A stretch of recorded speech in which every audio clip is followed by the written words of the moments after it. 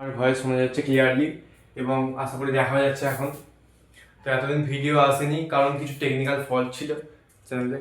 তো এবার আশা করি আমি চেষ্টা করবো প্রত্যেকদিন, আমরা চেষ্টা করবো প্রত্যেকদিন ভিডিও দেওয়ার।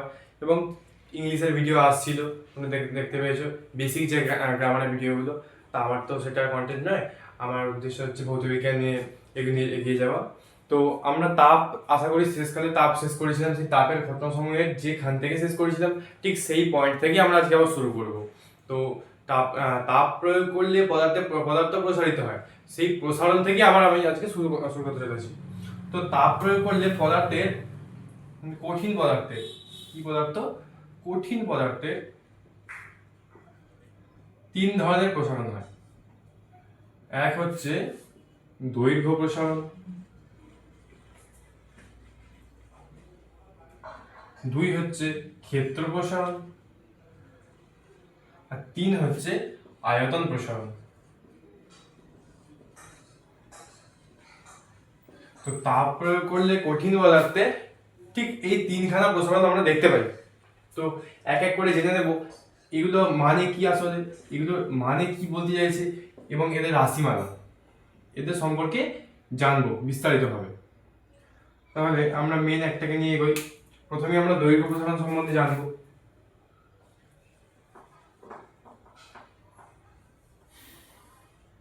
তাহলে দেখো, একটা রড নিলাম, এই অবধি নিচ্ছি। একটা রড নিলাম, এইবার এ ধরো 80 ডিগ্রি সেলসিয়াস ছিল, প্রথমে এ ছিল 80 ডিগ্রিতে, তারপরে একে আমি বাড়িয়ে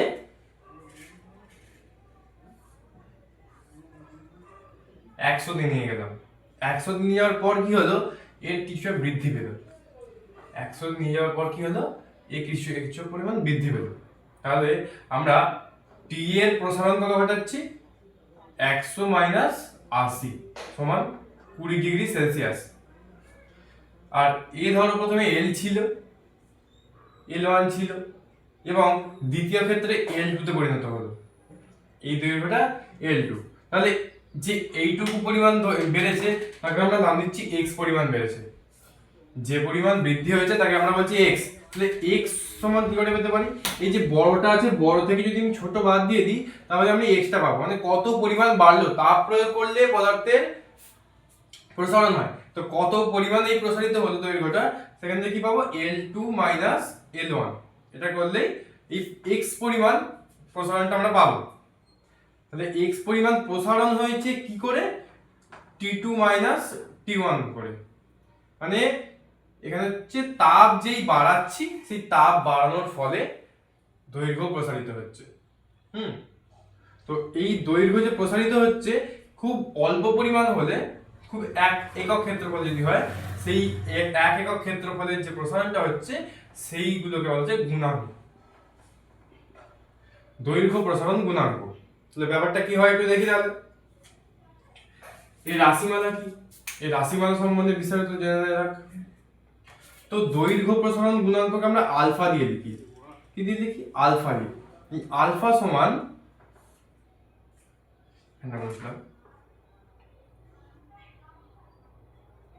আমরা এল দিয়ে দৈর্ঘ্য ধরছি, তাহলে L2 minus L1 by L1 into T2 minus T1। এর যে বাংলা যদি লিখি, দৈর্ঘ্য প্রসারণ গুণাঙ্ক, দৈর্ঘ্য প্রসারণ গুণাঙ্ক সমান প্রাথমিক দৈর্ঘ্য বৃদ্ধি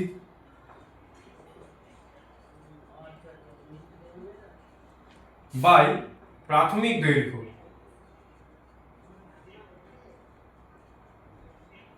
ইন্টু উষ্ণতার দৈর্ঘ্যের পরিবর্তন হবে। হ্যাঁ, দৈর্ঘ্য বৃদ্ধি না বলে পরিবর্তন থেকেই ভালো। পরিবর্তন বাই প্রাথমিক দৈর্ঘ্য গুণিতক উষ্ণতার পরিবর্তন।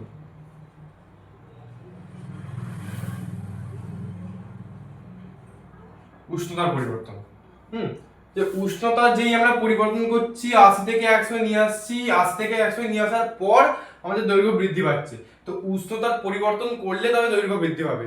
বা এখানে ধরো এখানে এই জিনিসটাই বলছি, 100 ছিল, এবার আমি এই 100 থেকে কমিয়ে 80 নিয়ে যাচ্ছি। যেই আমি কমিয়ে 80 নিয়ে যাচ্ছি এর দৈর্ঘ্য কিছু পরিমাণ হ্রাস পাচ্ছে। তো কত পরিমাণ হ্রাস পাচ্ছে? এই x পরিমাণ হ্রাস পাচ্ছে। তাহলে আমরা দেখতে পাচ্ছি যদি আমরা তাপ দিই কোনো পদার্থে, সে তার হচ্ছে দৈর্ঘ্য বৃদ্ধি পায়, এবং তাপ যদি তার থেকে নিয়ে নিই তো দৈর্ঘ্য তার হ্রাস পায়। দেখো এই যে দৈর্ঘ্য প্রসারণ গুণাঙ্ক আছে, তার দৈর্ঘ্যের পরিবর্তন, প্রাথমিক দৈর্ঘ্য এবং উষ্ণতা পরিবর্তন দেখতে পাচ্ছ। এর একক একটা মোস্ট ইম্পর্টেন্ট মানে ভাইটাল জায়গা, যে এর একক কার উপর নির্ভর করে। এর একক নির্ভর করে শুধুমাত্র উষ্ণতার পরিবর্তনের উপর। কারণ দেখো এটাও দৈর্ঘ্যের একক হবে, দৈর্ঘ্য পরিবর্তন মানে ধরো এটা মিটারে বসাচ্ছি, এটাও মিটারে বসাচ্ছি, এটা কেলভিনে বসাচ্ছি। তাহলে metre by metre into kelvin, তো মিটার মিটার দিলে 1/কেলভিন বা 1/থিটা সমান থিটা ইনভার্স। তাহলে একটা কোশ্চেন আসবে যে দৈর্ঘ্য প্রসারণ গুণাঙ্ক, বোধ ক্ষেত্র প্রসারণ গুণাঙ্ক এবং আরও যে আছে আয়তন প্রসারণ গুণাঙ্ক, তারা শুধুমাত্র উষ্ণতার উপর নির্ভর করে, উষ্ণতার এককের উপর নির্ভর করে। তো কেন দেখা গেল যে দৈর্ঘ্যের পরিবর্তন মানে দৈর্ঘ্যের একক, নিচের প্রাথমিক দৈর্ঘ্য, দুই দৈর্ঘ্যের একক কেটে গিয়ে শুধুমাত্র উষ্ণতার পরিবর্তন, সেই উষ্ণতার এককটা পড়ে থাকছে। এবং সেই উষ্ণতার একক পড়ে থাকার ফলে এই যে প্রসারণ গুণাঙ্কগুলো, সেই গুণাঙ্কগুলো নির্ভর করছে উষ্ণতার এককের ওপর। ওকে, তো এর কারণেই সমস্ত গুণাঙ্কগুলো নির্ভর করে উষ্ণতার এককের ওপর, নট দৈর্ঘ্য প্রসারণ গুণাঙ্ক বা দৈর্ঘ্যের এককের ওপর। ওকে, তাহলে আমরা পরেরটায় চলে আসি। পরেরটা বা এটা আরো কিছু বাকি আছে, সরি, আমরা কত পরিমাণ যে বৃদ্ধি পাচ্ছে L2 এর মান আমরা বার করব এখান থেকে, এই রাশিমালা থেকে আমরা L2 এর মান বার করব। ওকে, তো এখানে গুণ করলে আলফা ইনটু L1 ব্র্যাকেটে T2 মাইনাস T1, আর এদিকে কি পড়ে আছে দেখো L2 মাইনাস L1। তো আমার L2 কে চাই, তাহলে L1 কে এধারে পাঠাতে হবে, তো পুরোটা আমি ইন্টারচেঞ্জ করে লিখছি। L2 সমান L1 plus alpha dot L1 into T2 minus T1। Okay, তো এখান থেকে যদি আমি L1 কমন নিয়ে নিই, L1 কমন নিলে আমাদের থাকে 1 plus alpha T2 minus T1 তাহলে L2 এর মান আমরা কি পেলাম? L2 এর মান আমরা পেলাম L1 into 1 plus alpha into ব্র্যাকেটে T2 মাইনাস T1। ওকে, এই হচ্ছে রাশিমালা, এটা হচ্ছে মেন রাশিমালা। দৈর্ঘ্য যে কত L2 এর মানটা আমরা এখান থেকে পাচ্ছি, L আর গুণাঙ্কের মান হচ্ছে আলফা সমান L2 minus L1 by L1 dot T2 minus T1। I think বোঝা গেছে, না বোঝা গেলে কমেন্টে বলবে, আমি অবশ্যই চেষ্টা করব বুঝিয়ে দেওয়ার। তো দৈর্ঘ্য প্রসারণ গুণাঙ্ক গেল, এরপর আসছি ক্ষেত্র প্রসারণ গুণাঙ্কে।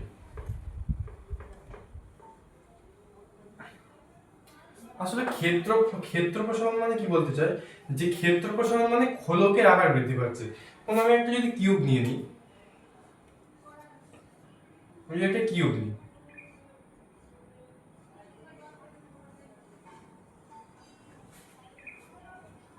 আমি একটা কিউব নিলাম, এটা এর যে ক্ষেত্রফল তাকে আমি S1 নাম দিচ্ছি, কোন উষ্ণতায়?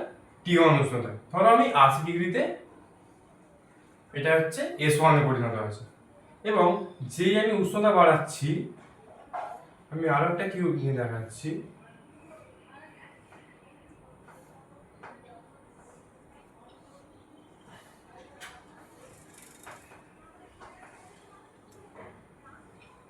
এটা S2। ওকে, এটা হচ্ছে T2 উষ্ণতায়, ধরো উষ্ণতা হচ্ছে 100 ডিগ্রি সেলসিয়াস। তো আমরা দেখতে পাচ্ছি যে S1 টা ছিল 80 ডিগ্রিতে, কখন? যখন T1 উষ্ণতা ছিল, সরি S1 টা ছিল যখন T1 উষ্ণতায়, এর আকারটা খুব ছোট ছিল,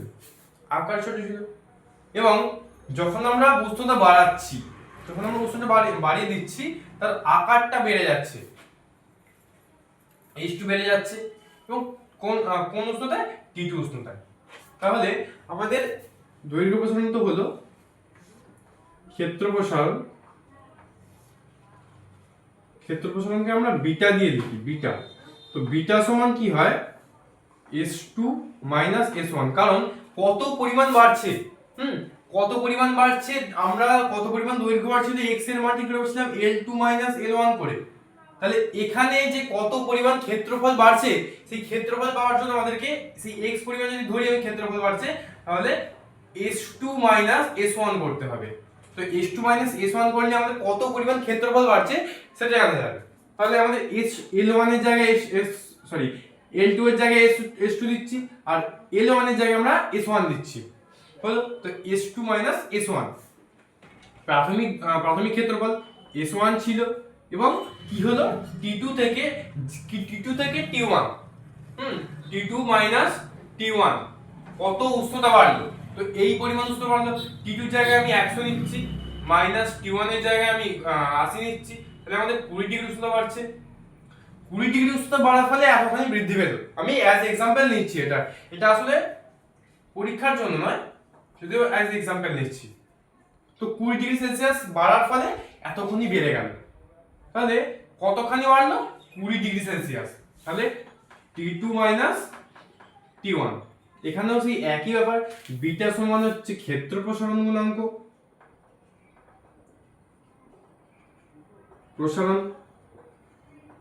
গুণাঙ্ক সমান ক্ষেত্রফলের পরিবর্তন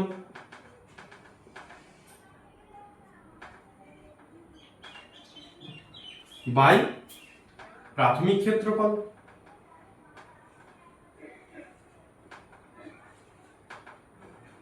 ইন্টু উষ্ণতার পরিবর্তন। তো এখানে দেখতে পাচ্ছ ক্ষেত্রফল এর পরিবর্তন, প্রাথমিক ক্ষেত্রফল, দুখানে আমাদের ক্ষেত্রফল দিয়ে আছে, আর একটা মাত্র পড়ে আছে উষ্ণতার একক। আমি যদি একক বসাই, ক্ষেত্রফল হচ্ছে আমি মিটারে বসাচ্ছি, এখানেও মিটারে বসাচ্ছি, আর গুণিতক উষ্ণতার একক হচ্ছে থিটা বসাচ্ছি আমি, থিটা উষ্ণতা। তাহলে কেটে যাচ্ছে, 1/θ পড়ে থাকছে, থিটা ইনভার্স, ওকে, থিটা ইনভার্স। তাহলে দেখতে পাচ্ছ ক্ষেত্র প্রসারণ গুণাঙ্কের একক শুধুমাত্র উষ্ণতার উপরে নির্ভরশীল, কোনো রকম ভাবে ক্ষেত্রফলের এককের উপর নির্ভরশীল নয়। তো আগের বারেও বলেছিলাম দৈর্ঘ্য প্রসারণ গুণাঙ্কের একক শুধুমাত্র উষ্ণতার উপর নির্ভরশীল, কোনোভাবেই ক্ষেত্র প্রসারণ গুণাঙ্কের একক ক্ষেত্রফলের উপর নির্ভর করছে না এখানে, ওকে। তাহলে এখান থেকে আমি রাশিমালাটা খুঁজতে পারি। S2 এর মানটা আমি কি করে বার করব, তো দেখে নাও S2 এর মান কি করে বার করতে পারি।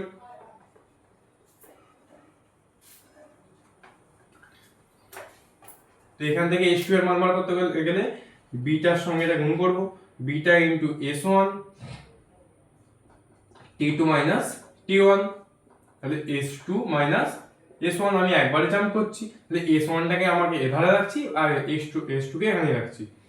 তো একবারে নিয়ে এলে S2 সমান S1 plus beta into S1 T2 minus T1।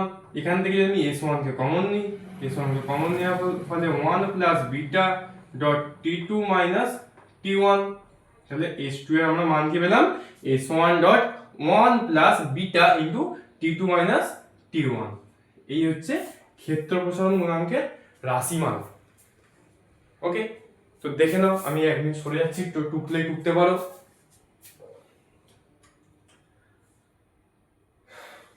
আশা করি টোকা হয়ে গেছে সবার, বা স্ক্রিনশট নিতে পারো। এরপর আসছি আয়তন প্রসারণ গুণাঙ্ক। আসলে এই জিনিসগুলো কি খুব ভালোভাবে ক্লিয়ার না করে গেলে যদি কনসেপচুয়াল কোশ্চেন আসে পরীক্ষায়, সেগুলো উত্তর আসতে পারবে না। তো মুখস্থ করার আগে, মুখস্থ তো করবেই না, মুখস্থ করার আগে চেষ্টা করবে কনসেপ্টটা ক্লিয়ার করা। তো পরবর্তী টপিক হচ্ছে আয়তন প্রসারণ গুণাঙ্ক। আমরা এর আগে দেখলাম দৈর্ঘ্য প্রসারণ গুণাঙ্ক, ক্ষেত্র প্রসারণ গুণাঙ্ক, এবং এখন আসছি আয়তন প্রসারণ গুণাঙ্ক। তো দেখো আমি লিখি আয়তন প্রসারণ গুণাঙ্ক। ওকে, তো আমি কিউব নিয়ে আবারও বলছি।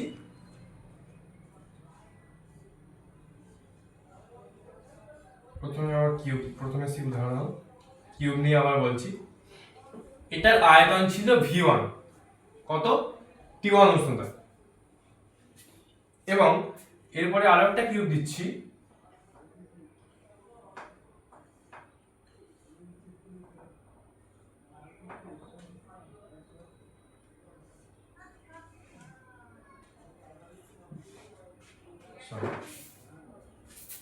কিউবটা আঁকতে অসুবিধা হচ্ছে।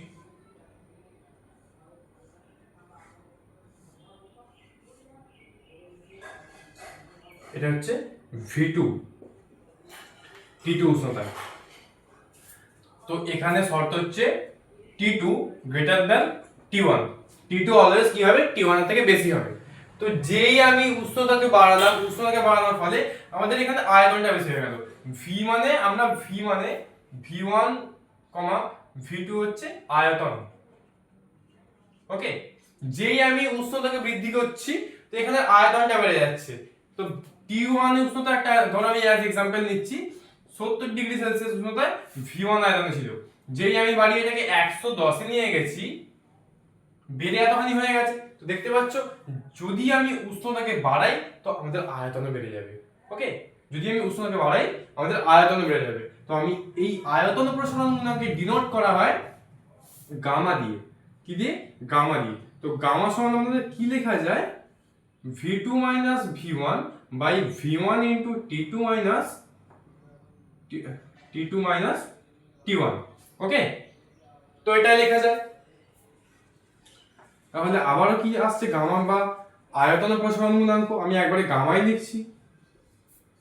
তো v2 minus v1 মানে আয়তনের পরিবর্তন